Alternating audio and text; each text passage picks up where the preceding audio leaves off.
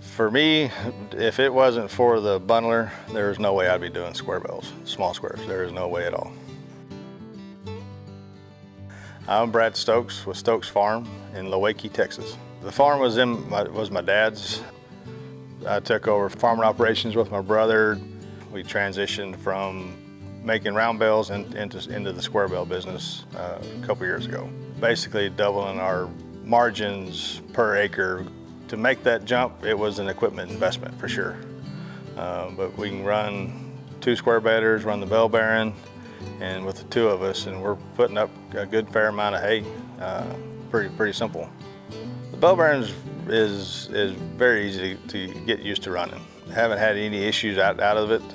Marcrest has been really good on updates. The SwingMax has given me close to the same production per hour as I'm getting off of a round baler.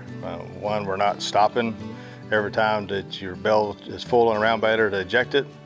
So we're getting the same ground speed basically when you take the 2 square beders and double the time that you're driving.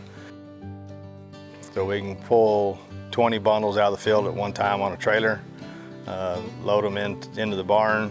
When we're loading out, whether it be loading dry vans, loading 36 bundles in a dry van, one person can do that within an hour by themselves. Completely eliminates manually handling the hay.